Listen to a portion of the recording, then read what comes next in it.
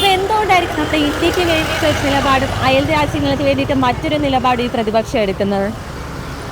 എനിക്ക് തോന്നുന്നത് സ്വന്തമായിട്ട് അവർക്കൊരു വ്യക്തിത്വം കാണത്തില്ല എന്ന് എനിക്ക് തോന്നുന്നത്. ഒരു സ്വന്തമായിട്ടൊരു അഭിപ്രായം ഉണ്ടായിരുന്നെങ്കിൽ പറയും. ഇപ്പോൾ നമ്മൾ പലപ്പോഴും കാണണമെന്ന് പറഞ്ഞാൽ പുറത്തുള്ളൊരു കൊച്ചിനെ പീഡിപ്പിക്കാൻ ശ്രമിക്കുമ്പോൾ ഇവിടെയുള്ള എല്ലാവരും ഭയങ്കര അഭിപ്രായം പറയും. പക്ഷേ നമ്മുടെ തിരുവനന്തപുരത്തോ കേരളത്തിലൊരു കാര്യം നടക്കുമ്പോൾ ഇവരാരും അഭിപ്രായം പറയത്തില്ല. ഇത് തന്നെ ഇതിൻ്റെ ഉള്ളൂ ഫാക്റ്റ്.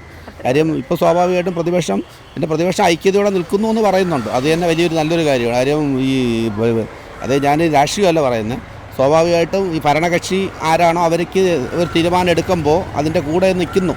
ഇപ്പം കേരള സർക്കാരായാലും ഇന്ത്യൻ മൊത്തത്തിൽ എല്ലാവരും അവർ സപ്പോർട്ട് ചെയ്ത് നിൽക്കുന്നുണ്ട്. അതൊരു വലിയ കാര്യമാണ്. അല്ലെങ്കിൽ ഇപ്പം അങ്ങോട്ടും ഇങ്ങോട്ട് സ്പ്ലിറ്റ് ചെയ്യുന്നില്ല. പിന്നെ പാകിസ്ഥാനെതിരെ ആരും ഒന്നും പറയുന്നില്ല. പ്രതിപക്ഷം ശരിക്കും പറഞ്ഞപ്പോൾ സ്വന്തമായിട്ട് നിലപാടില്ലാതെയാണ് അവർ നിൽക്കുന്നത്. പ്രതിപക്ഷം അവർ ഇതിനെന്തെങ്കിലും പറഞ്ഞാൽ വെണ്ടറായി പോകുമെന്നുള്ളൊരു പ്രതീക്ഷയിലും ഭയത്തിലാണ് അവരത് പറയാത്ത. അവർ നോക്കിക്കാണുകയാണ്. കാരണം അവർ തന്നെ ഇപ്പോൾ പരസ്പരം അവർ അങ്ങോട്ടും ഇങ്ങോട്ടും വിഷയത്തിലോട്ട് പൊയ്ക്കൊണ്ടിരിക്കുകയല്ലേ. അതുകൊണ്ടായിരിക്കും അവർ പറഞ്ഞ വെണ്ടറായി പോകുമെന്നുള്ള കാരണത്താലായിരിക്കും. പ്രതിപക്ഷം എന്നല്ല, മനുഷ്യർക്കൊക്കെ അവരുടെ രാഷ്ട്രീയവും ബിസിനസ്സുമാണ്.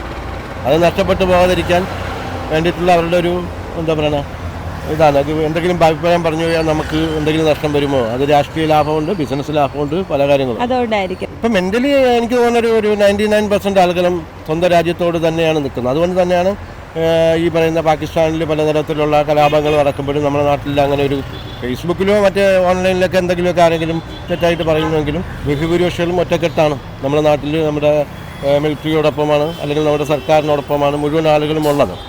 അപ്പോൾ ആ ഒരു തലത്തിൽ നോക്കുകയാണെങ്കിൽ ഇന്ത്യ വൻ വിജയമാണ്.